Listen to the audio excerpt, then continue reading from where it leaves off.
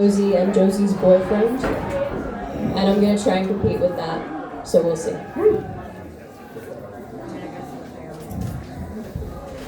Josie and her boyfriend invite me to dine in their Grand Boulevard apartment, huddled amongst Turkish lamps and half-finished paintings, perfumed with milk and incense. Josie's boyfriend kisses the back of her neck, licks up a rambling bead of sweat like a dog, like an angel. I think, how nice it must be to have the stomach for love.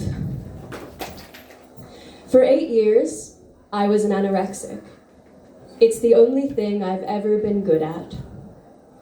That's what they don't tell you about desire. It only becomes a forest fire if you drop the match. Lack made me ravenous. Now I lust for cherry pie, ambrox, raw meat, government-issued bread, and circuses. I imagine myself with 3 mouths, 96 teeth, split tongue like a snake, insatiable. 3 mouths sit down at the table. Josie says, "My boyfriend has been cooking all day. In this bowl is a salad, in this bowl is a stew, and in this bowl is all the exposure we get paid in. The stew has too much pepper. The way they look at each other reminds me that there is an absence within me so loud no amount of bloodletting will bleed it out." Josie's boyfriend is the faux beatnik type, chain-smoking and regurgitating what I coughed up a decade ago. I'm more well-read than him, but sickness made me cold to the touch. I can't be a good girl or her man, and I'm hardly anyone else either. He ashes his cigarette upward into the ether. Josie licks the plate clean, eyes rolled back, magnolia white. Didion wrote, "You have to pick the places you don't walk away from." I see now that the dream of satisfaction and the dream of agency will leave you looking out different sides of the same window. But then again, I'm post-dream, sitting in the velveteen chair, nowhere else to go. All my friends want to sleep with me, and all my lovers want to moralize. Josie crosses her knife and fork and says, "I'm full as the moon and twice as luminous. One day I'm going to do great things, but tonight I'll do nothing at all." Me and Josie's boyfriend lay down in bed together, limbs tangled like twine. I feel the warmth of her skin through her pink dress, ignore his presence as I press my finger to her sternum. Outside the window, empty Paris aches by streetlight, attended to by angel-headed drunkards and depressants. A home is only a home if you let it trap you. Holding fast to the dark there, on the swan-white mattress in Love's apartment, with her boyfriend snoring softly beside us, Josie says quietly, "I don't think I'll ever be happy, but I thank God every day for my appetite." Thank you. Yeah! Everyone went south beyond south. You followed suit, a common law wife evading the cops, your contemporaries half saint, half addict, covered in sores and sex, subsisting on fun, writing the next best American novel which could not be put into words, your husband's wild eyes drilling holes in your heart, the tissue dripping through you, pulling in your feet, turning you on. Mexico in red. The summer heat pressing you in, folding you over like a $5 pill, discarded with the Maraca pill bottles and the maudlin love notes littering the muslin bed. And the sun is under his skin, making his veins roll. You try to bring him iced tea or iced anything or poems better than any man's manifesto, but he prefers party tricks like coughing up confetti or shooting a shot glass off your head. You were trying to be the best wife/keeper/mother-fucker, but Mexico City is a better woman than you, and your husband is a better woman than you, and the airborne bullet is a better woman than you, and the blood on the floorboards is a better woman than you, and God is a better woman than you, except for, or especially when, he allows all this horror. And the beauty of your husband is not lost on you. Left arm outstretched, loose and unraveled, the gun a 6th finger, lightweight for lovers, nothing real. And he is boyish again, 30 going on 10, toy cowboy who never wanted you dead but didn't want you alive either. Your shot glass halo hits the floor more intact than you are, and someone is pushing you back into your head as you pour out into the world, putrefying the room, pure beyond pure. And you hope the blood hits his literary career, but it just sprays out onto the wall. Strange bedfellows overlook your body as everything becomes nothing, becomes everything again. Each eye socket an Ouroboros as the black eats you up, and summer buries you within itself as your husband mourns his poor aim. Thank you. I wrote this one a couple of years ago. I wrote it about my love life. It's called Are You Having a Good Time Yet? I have remade the myth again and reformed that infinite ache. I pop the corks, I drop the dread, I make love to stray earthquakes. I have even cried, but it never lasts. It casts a shadow over the rest of my life. I look back from the tabletop I stand on. I am 5 years too late to be taken by the knife. I give myself up, I am given nothing else. When I am sliced, I am only provided fishing line. I draw it tight against the fresh flesh of my inheritance. I love myself down to the wire. I am 5 years too late to declare myself a saint. I arrive too late to the party to tell everyone that I'm fine. I was half grown before I finally made love in a bed. If a man is going to let you down, it's colder on concrete and easier on a mattress. I keep clawing my way towards beauty, the worst of which I haven't yet met. A red-eyed reflection, wilted violet in hand, asks, "Are you having a good time yet?" I don't know when I became someone everyone thought they could hurt. They hand me their better halves and I ask if I can see the worst. I don't know how to love stray people, I just keep giving them my teeth. Every part of me is consumable, and I say, welcome to the feast. Show me the softness of your mouth, and I will show you the ravenousness of a beast. Once again, my body hits the ground, and my biting virtue loses its threat. My bones barely confine themselves to a life that never quite wins the bet. I'm sick in his arms, crowned everyone's least favorite damsel in distress, running on monoxide fumes and smoking the spare ends of his cigarettes. He turns to me with blood-stained teeth and asks, "Are you having a good time yet?" I'm not surprised at being brutalized, but I only came to dance. I shut my eyes, I shake off my stories, I slip through the cracks of my circumstance. In my left hand, I hold my first love's eye, in my right, I hold his tongue. I saw him coming 5 years too late, the first of many to ravage my youth and claim I've never been young. I lay on the floor, stained with champagne, half ready for hell and swimming with sweat. I was not built like a fighter or a live wire. I long for a soft place to lay my head. I'm tired of the music, I'm tired of the party, I'm almost tired enough to slip away to bed. The noise keeps raging and the earth keeps shaking. No one seems to know why I'm upset. They crowd around, ready for the sacrifice, asking again and again, "Are you having a good time yet?" Thank you. I wrote this when I was in New Orleans, and I'd been partying with some family friends, and I met them early in the evening, so I had a little kind of paper shopping bag with me, and as we kept bar hopping and I got drunker and drunker, my objective sort of became don't lose the bag. And then I came to the next morning, and I hadn't lost the bag, but the thing is it had ripped and I hadn't noticed, so I'd just been carrying the handles and nothing else all night long. So this poem is about that, I guess. It's called Hurricane Blackout. I don't need anyone to placate me or drink me under the table. I don't need to love another addict or alcoholic or tattoo my thighs with the edges of kissed glass bottles. All I want is to keep the bad things at bay and say that it all came crashing down, but I had the strength to stay. I just want something to do tonight. I can hear the telephone wires buzzing, so I turned off all the lights.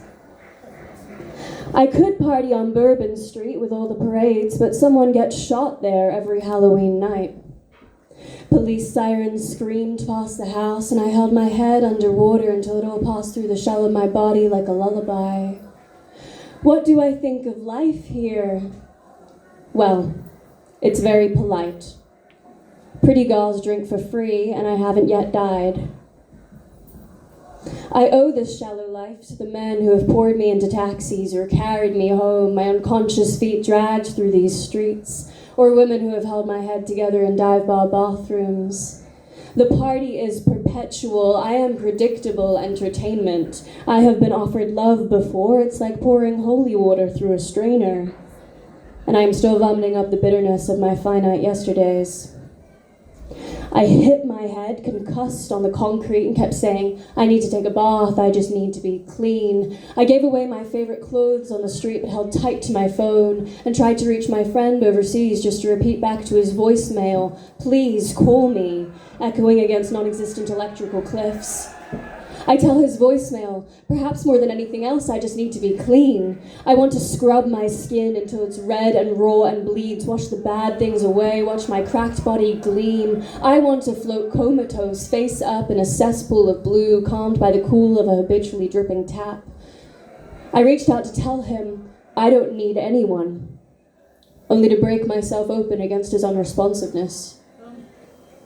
Unable to see straight, I swayed unsteady on the front porch, missing the lock with my key, pulling open the fragile film of my knees, watching that underexposed underlayer take to the moonlight the way all beautiful and hidden things learn how to bleed. I wouldn't say I'm a good person. I would say I'm filled with need. My head broke heavy under the weight of the hurricane, but I got myself into the bath. This brings me so little pleasure. Again, I would say I just want to be clean. A morning later, I came to under the weight of the bruise, with my memories scattered across the floor, the ghosts of penitence lurking near. I make amends with the night. I do not leave myself behind. The bad things watch from the windowsill, but I promise I am still here. Please call me. I'm at an endless party with my dad's friends. He's dead and we aren't, but we're careless, which is close enough.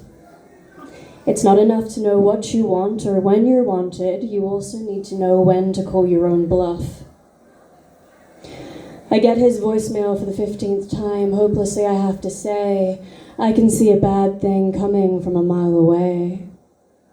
I can't stop it. I just keep watching it. I can see it coming as bright as the break of day. I watch it and I cannot turn away. I don't know how I know it, but I know it. But I am going to be okay. The bad things keep coming. It doesn't matter. I'll stay. Whoa.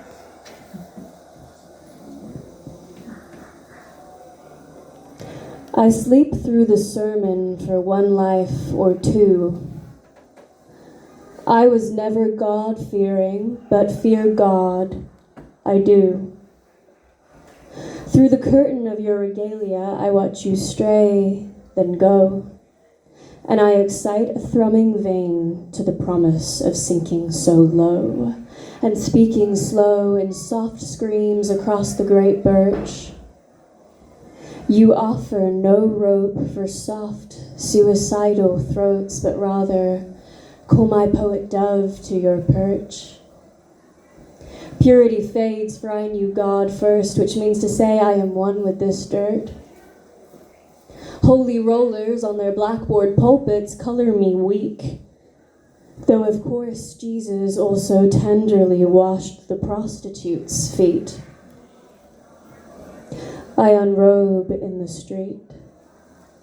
You dress me in blessings in your bedroom, the drugged out, turned on mornings spinning out, pushing through the blinds. I ask, when will you enter my cyclone silver eye and hurt me any way that I like? When will you eat my context and smother my rhyme? And you say fine, but first I wait for God to die. The sickness weaves its way into the sinew of my spine, and I dine on my own spit, practiced in the art of kneading it, tethered to desire, brushing the dirt off my dress all the while. And I say fine with me when I want you most, on the bridge, or the boat, or the bed with the velvet throw. I ask, when will you return my poet dove? And you say, when you write me a poem in which we are allowed to make love. I fall down again, scorched earth, old dirt, old deprivation, glory to the suffering hand. In my dreams, you are woman, I am man, and I push myself to those places only God can get to. I want to know hurt and hang myself with no shoes. I want you to stand watching and offer praise to the noose. You kiss only the top of my foot before you leave the room. Thank you. Yeah. This next one is called Vivisection. I don't perform it very often, so if I fuck it up, I'm just going to stop and move to the next one. I don't often name those who were present at my vivisection, but I see them when I close my eyes, all the same. I trace that collective of faces into the water stains on the wall and lay myself down in place of any blame. But their owl eyes are still searing into the nape of my neck, staking claim all the same. Others may tenderly call it violation. I have been calling it shame. It washes away all trace of my caresses and washes away my name, and finds me falling further, trying harder, reduced again and again to the repetitive sufferer or to some scared child without a father, brought down by the brine of secrets, trying to be my own mother, too hungry to be a savior, too desperate to be a martyr. What I call shame is when you feel everyone's eyes on you, even when you are alone. The poor man's fame that makes you shut all the curtains and unplug all the phones. Shame is the lack of desire to know your own face. Shame is in having desire. It leaves me trying harder, but falling faster, like a devotee made into a god or a dog without a master, with a leash held by no one, no looking back nor being looked after. It leaves me fingering the cruelty with a certain sensuality. After all, I have to live in this body too. And if stroking the side wound makes the suffering less disgusting, I will do whatever it is that I have to do. Thank you. This poem is called Wild Horses, and it's about how much I don't like Australia. Australia, the same story wears thin. I skip town and bury my hands, but my phantom limbs still grasp the same longing. Tell me how it ends until I need never return again. Make me a desert dust believer bent over the barrel by beer-bellied Jesus, and then let me go.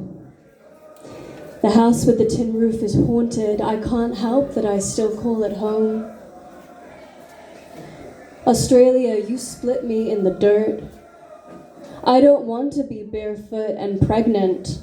I want to suck down the hurt. I want to go beyond the field where the horses run. They say wild women don't get the blues, and I have to be the wildest one. Because I was a precocious child, French braiding the noose, and I don't know if things are better now that they've turned me loose. I'm pulling the sunlight out of the ground and tying up the knot and telling myself that horses that can't run fast enough just end up getting shot.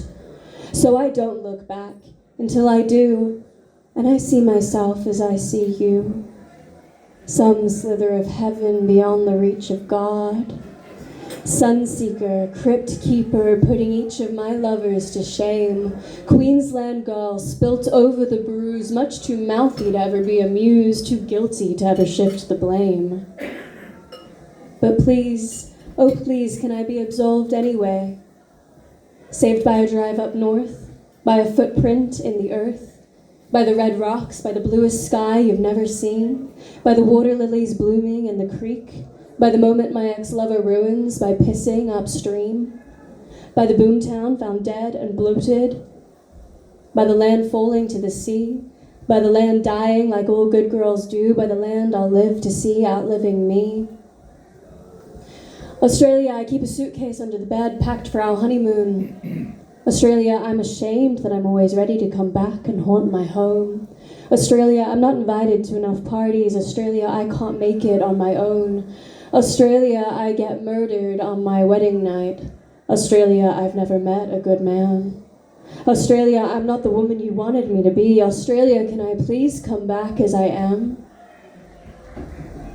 My knees are still seething from crawling over your hills, and the carpet burn hurts down here in hell. I've made a living now out of making things worse while hoping they still turn out well. I'm running for my life in a European street barefoot and starved for your touch. And this is not where I want to die, though I always prayed for as much. At the end of it all, I'm going to run back to you as all the lonesome go looking for love. They say wild women don't get the blues. Well, maybe I was never wild enough.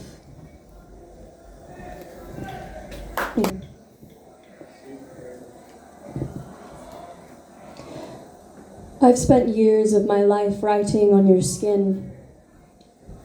I had said to you, I am in love. You replied, you're only visiting. You foresaw demonic possession. That's how I let you in. Under the weight of my life, I have grown thin. I will be there for your funeral. I will be there for your wedding. I will be there when you crack in the witching hour, lay out your limbs on bright white hotel bedding. My love could have grown as soft as summer air. My love grew sharp as a blade at your beheading. My head breaks heavy under the weight of you. I do all the remembering. You do all the forgetting. I stretch the red thread of our lives as tight as a bowstring. I lost years of my life only listening. When I learn to speak, it will be the end of all things. Thank you. The poem is called The Glass Auditorium.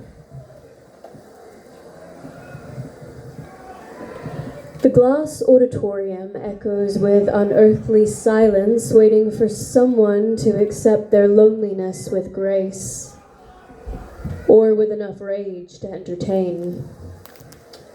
With shaking knees, I take the shaken laurel leaves, I take the stage.